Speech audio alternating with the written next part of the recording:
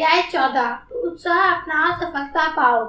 Crimea की लड़ाई में रूस की लंबी चौड़ी घुड़सवार सेना बढ़ती चली आ रही थी।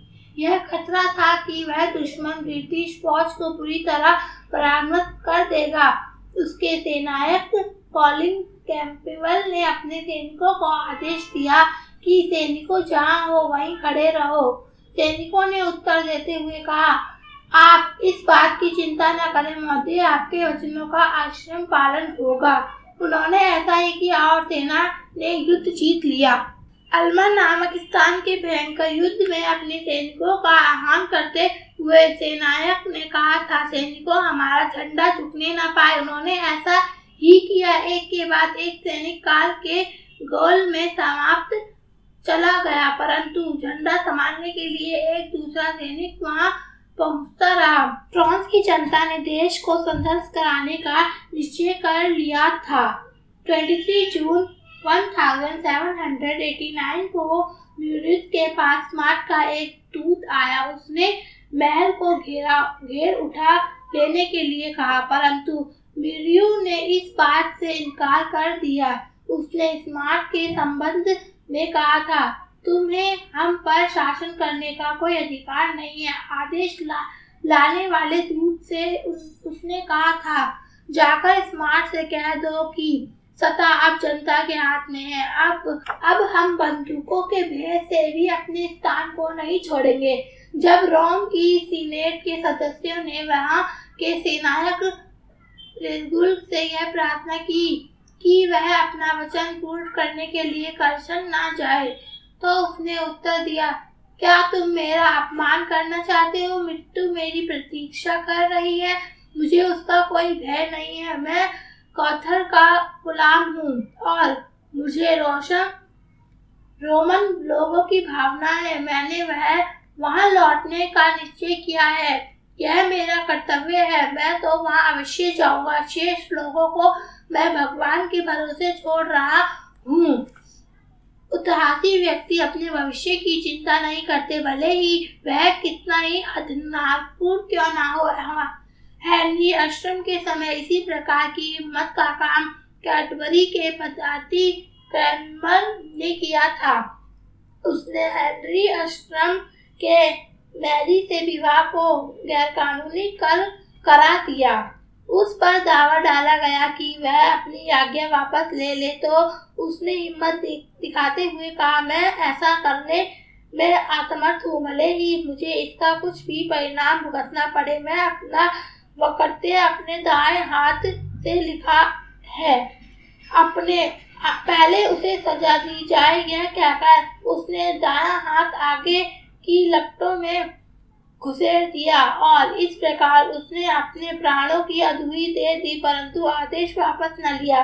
उत्तरी वर्जीनिया में रात्रि के समय भोजन करते हुए कुछ लोगों ने एक औरत की चीख सुनी। यह लोग जंगल के संघर्ष का काम कर रहे थे। बार बार चीख पुकार सुनाई देने पर वह रात के अंधकार की चिंता न करते हुए उस समय महिला के चीखने का कारण जानने के लिए चल पड़े। जब उस महिला ने उन लोगों से 18 वर्ष के एक युवक को देखा, तो उसने आशा प्रकट की कि संभव तुम मेरे लिए कुछ कर सकोगे। इन लोगों से कहो कि यह मेरे बंधन मुक्त कर दे, क्योंकि मेरा छोटा बेटा सामने पानी में डूब रहा है और यह लोग मुझे बचाने नहीं देते। जिस एक व्यक्ति ने उसे पकड़ रखा था, वह बोला, इसे पानी में कूदने देना सरासर मूर्खता होगी, परंतु उस समय अधिक समय नहीं था, इसलिए उस 18 वर्ष के युवक ने अपना कोट उतारकर एक और फेंक दिया और पानी में जबरदस्त लहरों से कूद पड़ा। ईश्वर का शुक्र है कि यह नौजवान मेरे बेटे को बचा लेगा। बच्चे की माँ बोली। इतनी देर में भयंकर लहरें उठी और ऐसा प्रतीत हुआ कि सब कुछ खत्म हो जाएगा। इसके बाद तो सबकी आंखें उस नौजवान की तरफ लगी हुई थी जो लहरों से जूझ रहा था। पानी में बड़ी बड़ी चट्टानें भी निकली हुई थी, जिन पर लहरों के टकराने से बहुत सा झाग पैदा हो गया था। 2 बार तो ऐसा अवसर आया कि वह युवक आंखों से ओझल हो गया। सब लोग को ऐसा प्रतीत हुआ कि वह युवक चट्टानों से टकराकर टुकड़े टुकड़े हो जाएगा। 2-3 बार ऐसा मौका आया कि बालक उसके हाथ में आते आते लहरों के बहाव के कारण निकल गया। अनंत उसने अपने दाएं हाथ से बालक को ऊपर उठाकर बचा ही लिया, परंतु चट्टानों से टकराते हुए वह निढाल हो गया। इस स्थिति को देखकर माँ चिल्लाई, वह देखो, वह दोनों दिखाई दे रहे हैं। मुझे ऐसा प्रतीत होता है कि वह सुरक्षित है। लोगों ने मिलकर उन दोनों को पानी से बाहर निकाला। युवक देखने में बिल्कुल मृत मालूम होता था। लोगों की सहायता से उस मूर्छित युवक को बचा लिया गया। उस महिला ने उस युवक को आशीर्वाद देते हुए कहा, मेरे बच्चे, तुम इस संसार में महान कार्य करोगे, मेरी दुआ तुम्हारे साथ है। वह युवक और कोई नहीं, जॉर्ज वाशिंगटन था, जो आगे चलकर अमेरिका का राष्ट्रपति बना। वेलिंगटन का एक महान योद्धा था। वह कई युद्धों में अनेक बार भयंकर रूप से घायल हुआ। उसके सिर का परीक्षण करते हुए एक चिकित्सक ने कहा था, पशुओं में जिस प्रकार उत्साह की भावना अधिक होती है, अगर मैं भी वहाँ चरम सीमा तक पहुँच चुकी हूँ। वेलिंगटन ने इस बात को स्वीकार किया। उसने कहा, यह तो मेरे लिए सौभाग्य की बात है। जनरल जैक्सन अमेरिका के देहात में जज के रूप में कार्य कर रहे थे। एक बार उन्होंने एक छोटी सी बस्ती में अदालत लगा रखी थी। अदालत के कमरे में काफी भीड़ थी। उसी समय एक हत्यारा गुंडा गड़गड़ाता हुआ अदालत में घुस आया।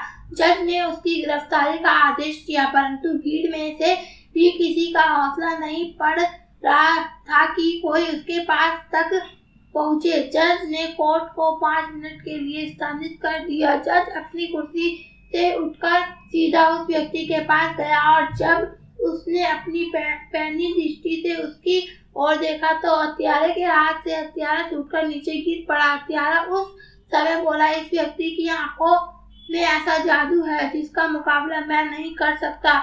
फ्रांस के राष्ट्रपति कॉर्नर का अंतिम महत्वपूर्ण कार्य यह था कि उन्होंने एक छोटी सी अमेरिकन लड़की को फ्रांस का सर्वोच्च वीरता पदक प्राप्त किया। यह लड़की उस समय अमेरिका के इंडियाना नामक स्थान पर रह रही थी। घटना इस प्रकार बताई जाती कि अमेरिका के जिस भाग पर फ्रांस का अधिकार था, उसके पंडेन नामक रेल मार्ग में फ्रांस सैनिकों की एक गाड़ी किशोर जा रही थी। इस लड़की ने देखा कि अगले पुल पर आग लगी हुई है। यदि गाड़ी वहां से गुजर जाती या किसी प्रकार पुल तक पहुंच जाती तो भयंकर दुर्घटना होने की पूरी संभावना थी। इस छोटी सी बालिका ने यह देखकर अपनी स्कर्ट में से कपड़े का लाल टुकड़ा फाड़कर उसे हिलाते हुए गाड़ी की तरफ बढ़ाना शुरू किया। बालिका को देखकर गाड़ी रुक गई। उस गाड़ी में 700 से लगभग यात्री थे। इस छोटी सी लड़की का नाम जेनी था। इसके उत्साह और समय के अनुरूप कार्य करने की सूझबूझ ने इतने लोगों को नष्ट होने से बचा लिया। यह लोग जब फ्रांस लौटे तो उन्होंने राष्ट्रपति को इस बात की सूचना दी। राष्ट्रपति ने बालिका को सम्मानित किया। इसी प्रकार की एक और घटना, अमेरिका की एक आदिवासी बालिका ने कैप्टन जॉन स्मिथ को मृत्यु के मुंह से बचाया। 10 मार्च 1979 को नेपोलियन के ऑस्ट्रेलियन की सेना का आक्रमण किया। बहुत सी तोपें फ्रेंच सेनाओं को नष्ट करने के लिए पहले ही तैयार खड़ी थी। उन तोपों के पीछे 6000 से अधिक सैनिक तैनात थे। बीच में एक पुल पड़ता था।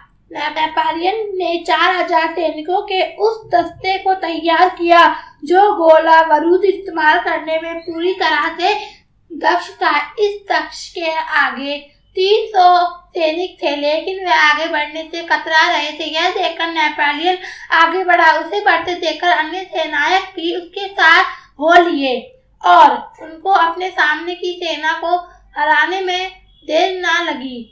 इसका कारण केवल यही था कि नेपोलियन ने आगे पीछे देखे बिना बहादुरी से अपनी विरोधी सेना पर आक्रमण करके उसे हरा दिया। इसलिए उसकी सेना के तोपची अफसरों के उसे प्यार का नाम दिया गया, लिटिल कार्पोरल।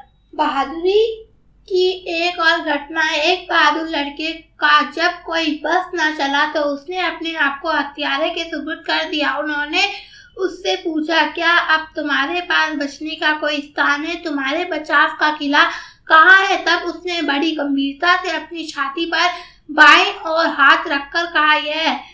उसका इशारा उसके दिल के साहस की ओर था। उसके साहस को देखकर उसे छोड़ दिया गया। मैक्सिको के युद्ध के बाद जनरल मैकलिन को उस क्षेत्र का संरक्षण करने के लिए इंजीनियर नियुक्त किया गया। यह क्षेत्र प्रशांत समुद्र के तट से लगात है। यहाँ की कोलंबिया नदी के किनारे उस समय आदिवासियों का काफी दबाव था। जब आदिवासी वकीले के मुखिया को यह पता चला तो उसने संदेश भेजा कि इंजीनियर साहब से कहो कि हमसे इस विषय में आकर परामर्श करें।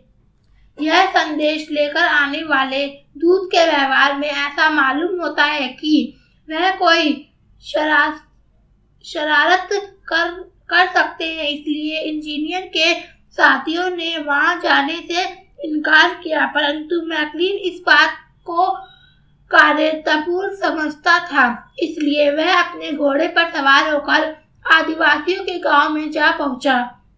उसे अकेला देखकर आदिवासी मुखिया आश्चर्य में पड़ गया, क्योंकि इंजीनियर को बुलाने का उसका अध्यय केवल यही था कि पिछले दिनों गोरे लोगों ने आदिवासियों को पकड़कर उन पर चोरी का इल्जाम लगाया, उन्हें फांसी पर लटका दिया।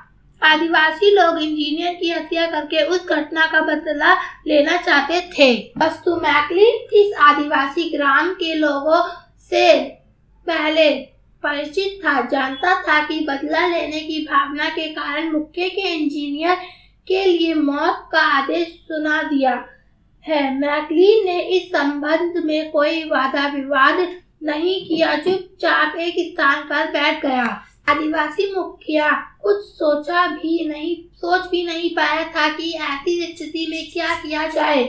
इंजीनियर ने झट से रिवॉल्वर निकालकर उसकी खोपड़ी में टिका दिया और दृष्टि से बोला कि अपना निर्णय बदल दो, नहीं तो मैं तुम्हें गोली चलाकर इसी वक्त तुम्हारा अंत कर दूंगा। आदिवासी मुखिया को इंजीनियर के इस अचानक परिवर्तन और निडर कृति के कारण अपना निर्णय बदलना पड़ा। आसपास खड़े हुए आदिवासी हैरान थे। इंजीनियर ने अपना रिवॉल्वर पेटी में डाला और निडर हो गया। अपने घोड़े पर बैठे सबके सामने से अपने कैंप की ओर चल दिया। इंजीनियर के बचने का कारण यही था कि उसने हिम्मत और तेजी से कार्यवाही की थी। बात सन 1856 की है। 5000 से लगभग आदमी एक गिरधर की पहली मंजिल पर एक व्याख्यान सुनने के लिए एकत्रित हुए थे।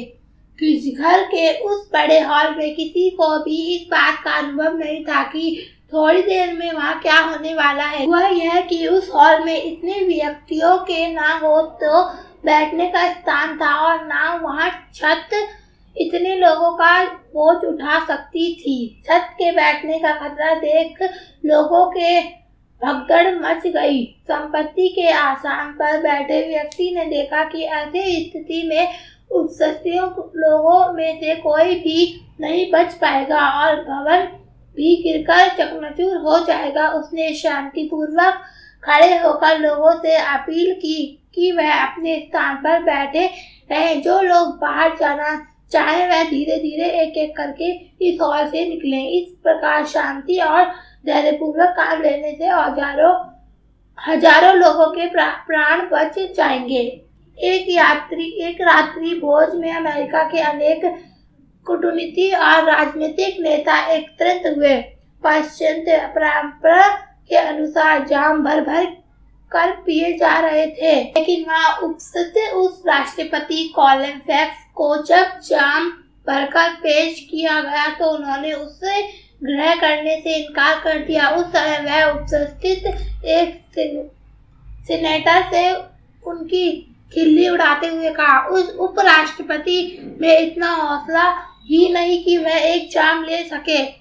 कोलम्बस ने उत्तर देते हुए कहा, तुम्हारा कहना बिल्कुल ठीक है, मुझे में भी एक जाम लेने की हिम्मत नहीं है। इसका अर्थ यह है कि व्यक्ति जिस बात को उचित नहीं समझता उससे हिम्मत होनी चाहिए कि वह उसे अस्वीकृत कर दे। इसी प्रकार की एक और घटना अमेरिका युद्ध का प्रमुख सेनापति ग्रांट उन दिनों हायर नामक शहर में था। वहाँ की नगरपालिका ने उन्हें रात्रि भोज देने के लिए बड़ा शानदार प्रबंधन किया। उस रात्रि भोज में उपस्थित प्रमुख बेहरा जब शराब के जाम लेकर ग्रांट के पास पहुंचा तो उन्होंने वहाँ सारे जाम बड़ी शांतिपूर्वक उलट दिए। यह घटना वहाँ उपस्थित सभी लोगों के लिए आश्चर्यजनक थी।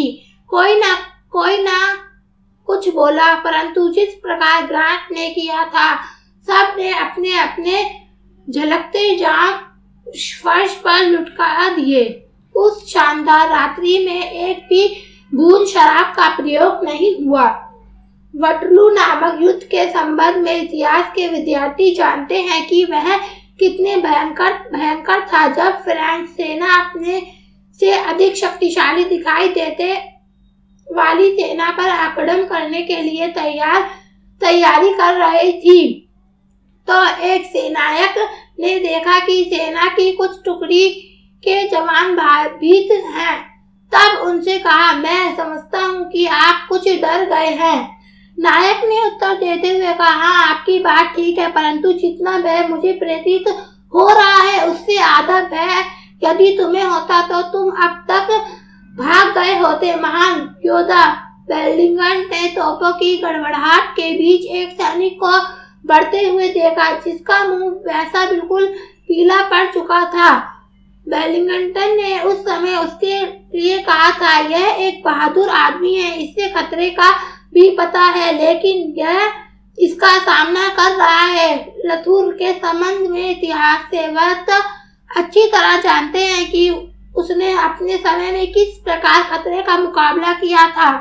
लूथर को वर्मस नामक स्थान से विटनबर्ग स्थान पर जाना था। लूथर के प्रशंसकों ने वहां जाने से मना किया। उन्होंने कहा कि वह अपने दूसरे साथी की तरह आपको भी जलाकर मार डालेगा। लूथर का जवाब था, भले ही आग की लपेटें धरती से आकाश तक फैल रही हो, मैं उस नगर की छत पर जितनी भी ईंट लगी हुई हैं उससे भी अधिक शैतान अगर वहां मौजूद होंगे तो मैं भी वहां जाऊंगा। अमेरिका के युद्धगृह के बाद परिश्रम के बाद एक समाचार पत्र ने संघीय फौज के बचे हुए अफसरों को दावत दी और उन्हें कहा कि वह कोई ऐसी बहादुरी की घटना बताएं जिससे अद्भुत कहा जा सके। उस फौज में शराब पानी की तरह से बही जा रही थी। वहाँ डॉक्टर माइनर नामक एक व्यक्ति भी था जो देखने में लड़के जैसे प्रतीत होता था। सभा के आयोजकों में से किसी ने कहा कि जब तक वह शराब नहीं पिएगा तब तक वह सभा में नहीं जाएगा।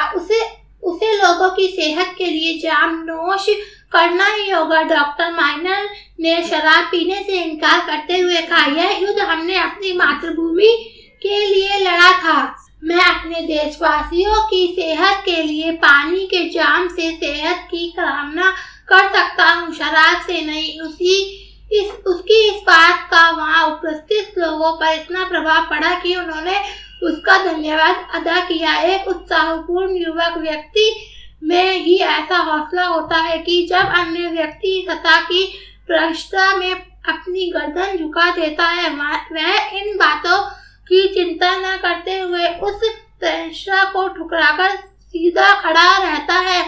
जब दूसरे व्यक्ति शानदार कपड़े से लैस होते हैं, फटे पुराने कपड़ों में ही मस्त रहना और किसी बात की चिंता न करना ही साहस की निशानी है। जब दूसरे लोग बेईमानी से धन इकट्ठा करने की फिक्र में हो, उस समय वह ईमानदारी से गरीबी में ही दिन काट देता है। उचित समझना तो यह उत्साहित कार्य जब सब लोग किसी की हाँ में हाँ मिला रहे होते उसके लिए ना कर देना एक उत्साहहीन बात है। जब दूसरे लोग दूसरों के आभार को ग्रहण करके तरक्की और समृद्धि की बात करते हैं, उस समय वह चुपचाप अपने कर्तव्य का पालन कर रहे हो। व्यक्ति को इस बात की चिंता नहीं होनी चाहिए कि लोग उसकी कमजोरियों को देखकर उसकी वास्तविकता जान जाएंगे। कमजोरियां सभी में होती हैं, परंतु उन्हें स्वीकार करना और प्रकट कर देना ही हिम्मत का काम होता है। जब सारी दुनिया आपके विरुद्ध हो, आपको भली प्रकार समझ ना पाती हो, आपके संबंध में उसने अपने मन में अनेक भांतियां पाल रखी हो, सारा संसार आपका उपहास कर रहा हो, उस समय अपने निश्चय पर दृष्टि रहना बड़े साहस का काम है। जो किसी बात के भय से हिम्मत नहीं दिखा सकता, वह वास्तव में गुलाम है। हम इस डर के कारण हायसिन स्थिति में जीते हैं कि लोग हमें कहीं हायपतन ना समझे। वस्तु कायर वही है जो अपना प्राण पूरा नहीं निभाता। हिम्मती उपहास किए जाने पर, लांछन लगाए जाने पर भी अपने सम्मानजनक मानवीय गुणों का त्याग नहीं करते। वस्तु हम अपने उन वास्तविक कार्यों से झिझकते रहते हैं जिन्हें हम अपना समझते हैं, क्योंकि हम अपनी जीवन पद्धति ऐसी बना लेते हैं जैसे दूसरों की होती है। हम अपनी रीति रिवाज और फैशन भी उसी तरह के ढाल लेते हैं जिस प्रकार मंत्री अथवा अन्य राजनीतिक नेता करते हैं। उनमें इतना साहस नहीं होता कि वह उस भावना में बहन से अपने आप को रोक सके। हमारे कपड़े, हमारा रहन सहन, हमारे नौकर चाकर, हमारी गाड़ियां और हमारा सब कुछ इस बात की पुष्टि करता है कि वह नकल पर आधारित है। हम अपने घर को, अपने व्यापार को, अपने अन्य कामों को अपने ढंग से नहीं चला पाते। यह मानव की एक महान कमी है, कमजोरी है। यह बात बहुत उत्साहप्रद है कि कोई नेता अपने प्रति फैलाए गए विरोध विचारों से ना झुके। व्यवस्था और चरित्र के प्रति हानि पहुंचाने वाले आदतों को छोड़ देना और उन्हें स्वीकार करने से इनकार कर देना साहस का काम है। राजनीति के लिए किसी भी बात पर गोलमोल जवाब देना और लोगों का ध्यान मूल बात से हटा देना बड़ा आसान है, जबकि एक इंसान की तरह सच्ची बात पर डटे रहना बड़ा मुश्किल काम है। जिस प्रकार एक शक्तिशाली आदमी में कहीं ना कहीं कोई दुर्बलता होती है, उसी प्रकार एक महान नायक में भी कोई ना कोई कायरत दबी रहती है। पीटर एक ऐसा ही शक्तिशाली व्यक्ति था। उसने अपने स्वामी की रक्षा के लिए भारी विरोध के बावजूद बेधड़क को म्यान से तलवार निकाल ली थी, लेकिन वहीं एक सभा में एक युवती द्वारा चिल्ली उड़ाने जाने का वो सहन नहीं कर सका। अपनी दुर्बलता स्वीकार कर लेना महान और हिम्मत का काम है। हर के बात के लिए क्षमता मांगते रहना अच्छी बात नहीं है। दप्पून में कोई आकर्षण नहीं है, भय में कोई ऐसी बात नहीं जिससे प्यार नहीं किया जाए। दोनों की बातें दोषपूर्ण है, उत्साहपूर्ण कार्य में ही महान होते हैं। संसार में ब्रूनो जैसे ऐसे बिरले ही व्यक्ति हुए हैं जिन्हें जलकर मार डालने की सजा दी गई है, परंतु ब्रूनो ने दर्द सुनाने वाले जज को ललकार कर कहा, मेरी सजा सुनाते हुए मुझसे ही अधिक भयभीत आप हैं, जबकि सजा मुझे भुगतनी है। लेसन खेलते खेलते अपने घर से बहुत दूर चला गया। उसके एक संबंधी ने उससे पूछा, मैं तो समझ रहा था कि मुझे भय लग रहा होगा। आगे चलकर महान सेनायक बनने वाले इस बालक ने आश्चर्य से कहा, डर कौन सी बला है, मैं तो उसे जानता भी नहीं। किसी वस्तु को असंभव समझना ही उसे सचमुच असंभव बना देता है। उत्साह ही विजय है। कार्यता प्रजा, क्या संसार ने इसे बढ़कर कोई साहसिक कार्य का महान उदाहरण देखा है कि डेविड नामक एक छोटा सा निडर खड़ा हो रैबिट के साथ अपनी भेड़ हाँकने की छोटी सी बेट से गुल्लेल के अतिरिक्त और कुछ ना था, जबकि गोलियत हमारी हथियारों से लैस था। अमेरिका युद्ध के सेनायक जनरल ग्रांट से उसने सहायक डैंड नामक सेनापति एक घने जंगल में गुजर रहे थे। जंगल में भयंकर आग लगी हुई थी। उनकी सेनाएं मैदान छोड़कर पीछे हट चुकी थी। समय बड़ा भयंकर था। 2 क्षण के लिए भी रुकना बहुत खतरनाक सिद्ध हो सकता था। उस समय ग्रांट ने अनुभव किया कि उनका घोड़ा लड़खड़ाकर चल रहा है। उन्होंने डेव से कहा कि वह देखो कि घोड़े को क्या हुआ, लड़खड़ाकर चल रहा है।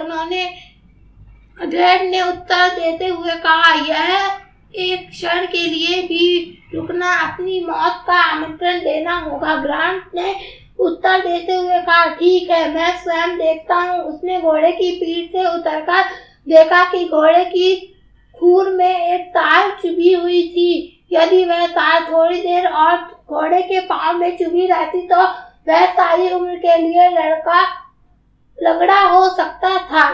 वैलेंटाइन ने बताया कि वाटरलू का युद्ध एक फार्म हाउस के पास लड़ा जा रहा है। यह चौकी बहुत महत्वपूर्ण थी। ब्रिटिश सेना को ऐसा आदेश था कि किसी भी कीमत पर उस चौकी को हाथ से न जाने दिया जाए, परंतु उसी समय ज्ञात हुआ कि गोला बारूद खत्म हो चुका है। गोला बारूद लाने के लिए दूज भेजा गया। गोला बारूद से भरी हुई 2 गाड़ियां थोड़ी देर में वहां आ पहुंची। उस समय फार्म हाउस के चारों ओर आग लगी हुई थी। पहली गाड़ी उन लपेटों में से गुजरकर वहां पहुंचने की कोशिश कर रही थी तो गोला बारूद से भयंकर आग लग गई। गोला बारूद ने जाने वाले सैनिकों, घोड़े और गाड़ी के परखच्चे उड़ गए। दूसरी गाड़ी के टायर ड्राइवर ने देखा कि उसके एक साथी का क्या हाल हुआ, परंतु भयंकर धमाके के बाद जो धुआं उठा उसे दरांतर को देखकर दूसरी गाड़ी वाला सैनिक बड़ी बहादुरी से भयंकर बारूद का सामना लेकर निश्चित जगह पर पहुंच गया। पीछे लपटें धू धू करती हुई आकाश को छू रही थी। इस तरह इस वीर टुकड़ी ने उस चौकी को बचा लिया। एक भयंकर युद्ध ने नेपोलियन की एक सेना पर किसी ने भारी गोला फेंका। एक फ्रेंच सैनिका ने बड़े ही सहज स्वभाव से उससे बचाव कर लिया। नेपोलियन ने हंसते हुए उसकी तरफ देखा। मेरे दोस्त, वह गोला अगर तुम पर गिरा होता तो तुम सैकड़ों फुट धरती के नीचे दब गए होते। कॉम्पल हेनरी के युद्ध में लैंस जहाज के डेक पर खड़ा तबाही सब देख रहा था। जहाज पर भारी तबाही हो चुकी थी। जब वह जहाज के डेक पर चल रहा था तो सैनिकों के रक्त के कारण फिसलन हो चुकी थी। चारों तरफ मृत्यु सैनिकों की लाशें पड़ी हुई थी। तब उसने कहा था कि हो सकता है कि आज हमारा अंतिम दिन हो, परंतु विश्वास रखो, मैं और कहीं और मौजूद रहने के बजाय तुम्हारे साथ ही रहूंगा। इसी प्रकार ट्रेफलगार की लड़ाई में नेल्स जख्मी हो गया था। उसे जहाज से उतरकर कैंप में ले जाया जा रहा था। उसने सैनिकों को देखकर अपने मुंह को ढक लिया ताकि उनका साहस ना टूटे, इस बात का एहसास ना हो कि उनका सेनायक घायल हो चुका है। सलामका के युद्ध में दुश्मन की तोपें आग बरसा रही थी। उस समय विलियम नेपियर की सेना में अनिश्चितता फैल गई। बहुत से लोग तो आज्ञा मानने से इनकार कर दिया। नेपियर ने उसी समय अपनी टुकड़ी के विरुद्ध नेता को कोर्टरे लगाने की सजा दी। उसके बाद भयंकर गोलीबार में भी 3 मील तक वह टुकड़ी इतनी मुस्तैदी से चली रही मानो किसी सेना द्वारा मार्च पास्ट ने किया जा रहा हो। अपने निर्णय को जल्दी ही कार्य रूप में परिवर्तित कर दीजिए। विचारों को जब तक कार्य रूप में परिवर्तित नहीं किया जा सकता तब तक वे मात्र संपन्न जाते हैं। क्या आपको किसी प्रतियोगिता से भय मालूम देता है कि इस बात का पता लगाने की कोशिश कीजिए कि आपके प्रतियोगी आदमी है या कोई और। इस संसार में अपना स्थान बनाने का प्रयत्न कीजिए, क्योंकि इस संसार में सभी चीज बहादुर व्यक्ति को ही प्राप्त हो सकती है। कठिनाइयों का मानव के रूप में साहस से मुकाबला कीजिए। दुर्भाग्य का बहादुरी से मुकाबला करना चाहिए। गरीबी को बड़े शानदार ढंग से सहन करना चाहिए। निराश का मुकाबला उत्साह से कीजिए। बहादुरी व्यक्ति का प्रभाव चूत की तरह बड़ी तेजी से फैलता है।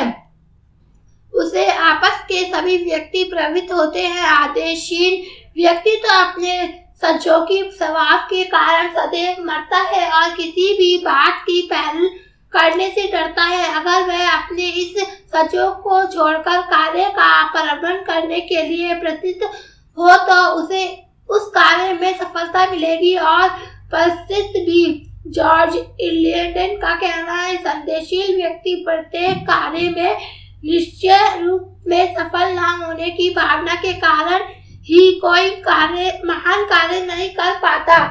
थॉमस मूर भी उन सुधारवादी व्यक्तियों में से था जिन्हें सजा दी गई।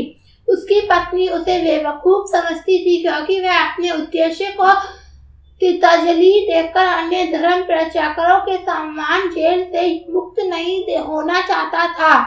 थॉमस मूर को अपमान के बजाय मृत्यु पसंद थी। उसकी बेटी ने पिता के प्रति प्यार के कारण भय को दूर भगा दिया। जब उसके पिता का सिर काटकर लोगों को दिखाने के लिए लंदन ब्रिज पर टांग दिया गया तो उसकी बेटी ने अधिकारियों से प्रार्थना की कि पिता का सर उसे दे दिया जाए ताकि वह उसे अपने कफन में लेकर दफन हो सके। उसके अनुरोध को स्वीकार कर लिया जाए के बाद उसकी बेटी की मृत्यु हो गई। जब सर वाल्टर रेलो की फांसी के तख्ते तक लगाया गया तो उस समय वह आत्मचित सा था। उसने धीमी आवाज में भीड़ को बताया, उसे 2 बार भयंकर ज्वर हुआ। अगर आप लोग इसे मेरी मूर्छा या कमजोरी समझते हैं तो यह आपकी भूल है। यह कमजोर मेरी बीमारी के कारण है, मुझ में नहीं। उसने आगे बढ़कर उस कुल्हड़ को चूमा जिसे जल्लाद उसे कत्ल के लिए प्रयोग करने वाला था। उसने जज से कहा यह बड़ी कड़वी दवा है परंतु सारी बीमारियों का निश्चय इलाज भी है। जो कठिनाइयाँ आपके मार्ग में आई ही ना हो उनके संबंध में सोचते हुए अपना समय क्यों नष्ट करते हो। अधूरी इच्छा और हर समय अनिश्चय की स्थिति आपको अपने जीवन की पकड़ से वंचित करती है। अब्राहम लिंकन ने अपने बचपन में निर्धनता से लंबी लड़ाई लड़ी थी। उसे शिक्षा भी प्राप्त नहीं हुई। अपने मित्रों पर उसका कोई प्रभाव भी नहीं था। उसे वकालत का पेशा अपनाया। यह उसका उत्साह ही था कि उसने निर्धन लोगों के प्रति प्रेम था। वह उनकी मदद करता था। राष्ट्रपति के रूप में सफल होने का कारण उसका नैतिक साहस ही था। उसकी अनेक कार्यों के लिए आलोचना भी की गई। लिंकन ने उस कार्य को सरंजाम देने में कमी झिझक नहीं दिखाई जिसे वह सही समझते थे, भले ही वह अन्य लोगों के लिए कितना ही अप्रिय क्यों न हो। वकालत के समय उसने गुलामों का पक्ष लिया। वह सदा दुर्भाग्य से पीड़ित लोगों का ही साथ देते रहे। जब तक गुलामों पर कोई विपरीत आती लोग उन्हें लिंक के पास जाने को कहते। उनका कहना था जिस कार्य को वह ठीक समझता है उसे सरंजाम देने में वह कभी झिझकेगा नहीं। सत्य के परिणाम बड़े भयंकर होते हैं परंतु सत्य का पक्ष लेने का एक महान कार्य है। परंतु बहादुर व्यक्ति ही सत्य के पक्ष को ग्रहण करता है। कायल व्यक्ति अपनी दयनीय भावनाओं से संदेह करते हुआ एक तरफ हट जाता है। इसी तरह की अन्य अनेक घटनाएं भी जिनमें लोगों ने सच्चाई का साथ दिया और जनता की आलोचना सही परंतु में वह आगे चलकर उन्नति के शिखर पर पहुंचे। आखिर अमेरिका ने एक वकील ने एक गुलाम लड़की की पैरवी की थी। जब तक अदालत से जा रहे थे तो लोगों ने उन पर रहम प्रकट करते हुए कहा कि इसने अपनी जिंदगी तबाह कर दी। परंतु यही व्यक्ति आगे चलकर एक राज्य का गवर्नर, अमेरिकन सीनेट का सदस्य और बाद में अमेरिकन के उच्च न्यायालय का सचिव बना। वस्तु संसार को ऐसा व्यक्ति ही अवश्य है जिन्हें ना तो गोलियां की परवाह और ना फांसी पर चढ़ाए जाने की। बहादुर लोग जनता की आलोचना की फिक्र नहीं करते। ईशा से लोगों के मजाक की ओर कितना ध्यान दिया। उनकी आलोचना से ईशा की जीवन पद्धति में कोई अंतर आया। ईशा ने जिस व्यक्ति के दुर्बल हाथ पर अपना कोमल हाथ रख दिया वह हरकत में आ गया। दृष्टिहीन व्यक्ति देखने लगे, अपंग व्यक्ति संपूर्ण मनुष्य के रूप में परिवर्तित हो गए और मुर्दा लोगों से जान आ गई। संसार का इतिहास ऐसे अनेक उदाहरणों से भरा पड़ा है जब उत्साही और हिम्मत वाले लोग में अनियमित भीड़ को अपने कुछ ही शब्दों से पंगु बना दिया। जनरल बंटर को न्यूयॉर्क के दंगे को रोकने के लिए भेजा गया।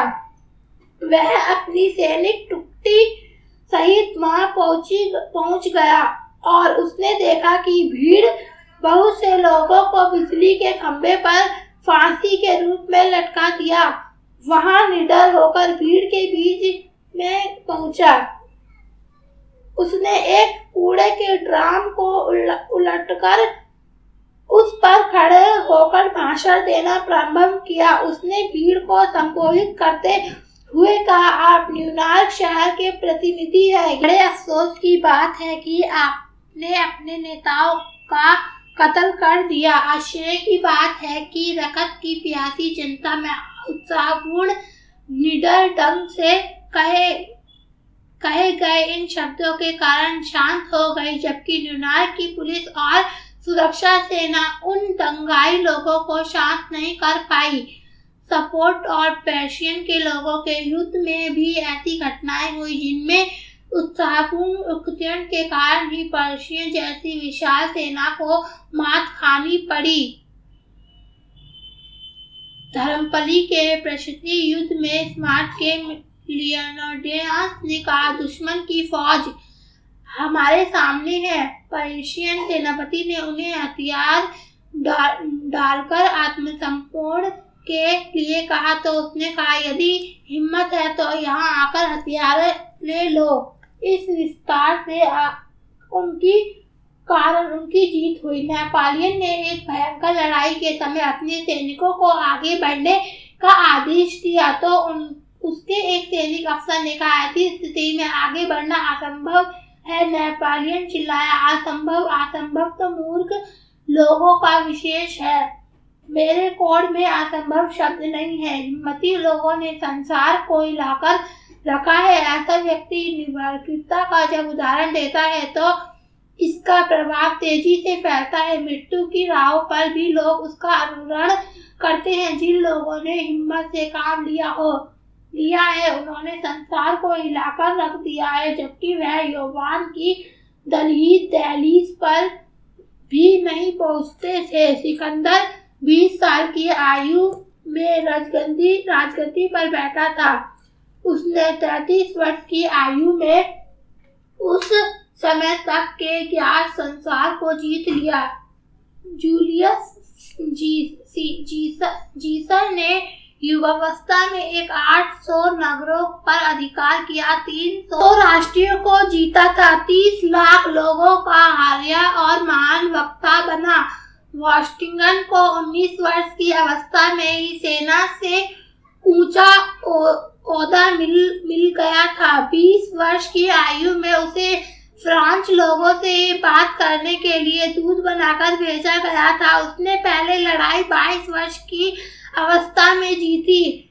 लफायदे को 20 वर्ष की आयु में फ्रांस की सेना पर सेनापति नियुक्त किया गया था। शार्लेमेन 30 वर्ष की अवस्था में फ्रांस और जर्मनी का सम्राट बन चुका था। गैलीलियो ने जब पीसा को मीनार पर पेंडुलम के सिद्धांत का आविष्कार किया था तो उस समय उसकी आयु सिर्फ 18 साल की थी। ग्लैडस्टोन 22 वर्ष की अवस्था में ब्रिटेन संसद में पहुंच गया था। 24 साल की आयु में ब्रिटेन का कोवाशंद बना। ऐसे अनेक अन्य व्यक्ति भी हुए हैं जिन्होंने यौवन की दहलीज पर पहुंचने से पहले ही अनेक महत्वपूर्ण कार्य किए हैं। एलिजाबेथ वेस्ट ब्राउनिंग 12 वर्ष की आयु में ही ग्रीक और लैटिन भाषाओं की पंडित बन चुकी थी। रॉबर्ट ब्राउनिंग ने 11 वर्ष की आयु में ही कविता लिखनी शुरू की थी। कॉलेज ने 15 वर्ष की आयु में कविताओं की रचना की। लूथर ने 29 वर्ष की आयु में ही विषम के द्वारा अपना घोषणा पत्र टांग दिया था। लेंस 22 वर्ष की आयु में ब्रिटिश नौसेना का सेनापति बन गया था। ट्राफाल्गर युद्ध में जब उसकी मृत्यु हुई तो उसकी आयु 47 वर्ष थी। नेपोलियन ने इटली के युद्ध के बाद लगातार सफलताएं प्राप्त करनी शुरू की। उस समय उसकी आयु 28 वर्ष थी। इसके अलावा यह बात भी विचारणीय है कि उत्साह और हिम्मत के कारण ही अनेक वृद्धि व्यक्तियों ने भी ऐसे कारनामे किए हैं जिन्हें संसार आज भी भूला नहीं है। विक्टर ह्यूगो और विलिंगटन 70 वर्ष की आयु तक अमर रहे। गैल्वेस्टन ने 84 वर्ष की आयु में ही इंग्लैंड का प्रधानमंत्री का पद बड़ी सफलतापूर्वक संभाला। आज वह नहीं जो भय अनुभव नहीं करता, क्योंकि मूर्ख और तर्क विहीन व्यक्ति भी किसी बात से भय नहीं खाते, लेकिन वीर व्यक्ति वहाँ है जो खतरों का मुकाबला उत्साहपूर्वक करता है और घबराता नहीं। बहुत से युवक भी जीत प्राप्त नहीं कर पाते क्योंकि वह कार्य प्रारंभ ही नहीं करते। धन्यवाद।